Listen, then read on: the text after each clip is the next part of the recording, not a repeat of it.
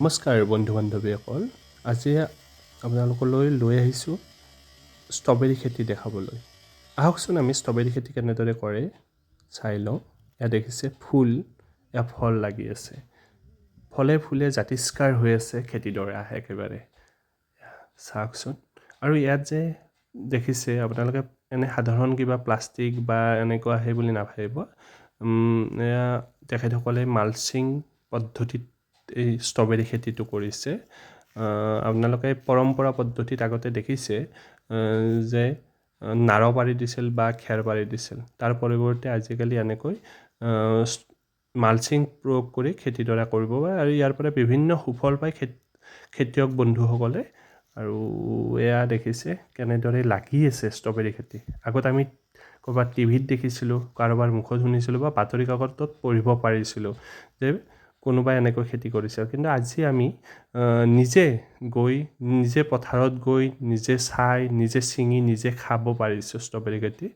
এয়া আছে আপোনালোকৰ বাক্সা জিলাত মচলপুৰৰ ওচৰৰে এখন গাঁৱত কেইজনমান খেতিয়কে লগ হৈ 5-6 বিঘামান খেতি কৰি আছে ষ্ট্ৰবেৰী খেতি। তেখেতসকলে এয়ে নহয়, বেলেগ বেলেগ খেতিও কৰি আছে। বিভিন্ন পদ্ধতি ব্যৱহাৰ কৰিছে। মাজে মাজে নাৰ্জী ফুল লগাইছে পোক পৰুৱা নিয়ন্ত্ৰণৰ বাবে। মাজে মাজে এটা পৰম্পৰা পদ্ধতি হয় এইটো এটা ষ্ট্ৰবেৰী। দেখিছে গছবোৰো ইমান মৰম লগা,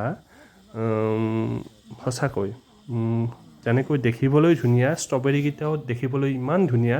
আগতে বজাৰত দেখিছিলোঁ টেমাৰ ভিতৰত, আজি মই পথাৰত দেখি আচৰিত হৈ গৈছোঁ।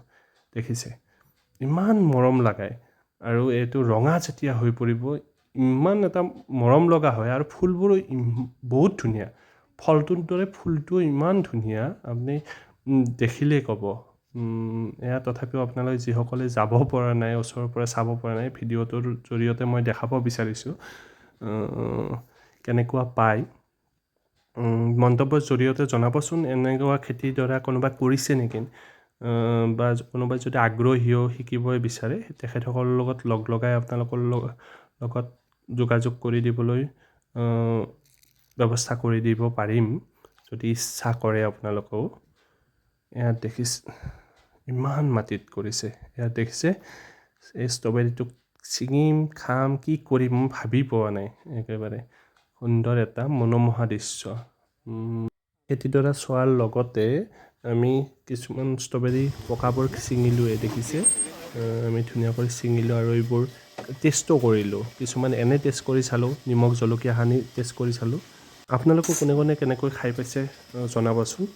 আৰু দেখিছে আৰু ইয়াৰ মাজতে বিচাৰি এটা বস্তু পাই গ'লোঁ। ইয়াত দেখিছে লাভ। এই ভিডিঅ'টো চাই যিসকলে ভাল পালে লাইক, কমেণ্ট, শ্বেয়াৰ আৰু ছাবস্ক্ৰাইব কৰি দিবলৈ নাপাহৰিব। ধন্যবাদ।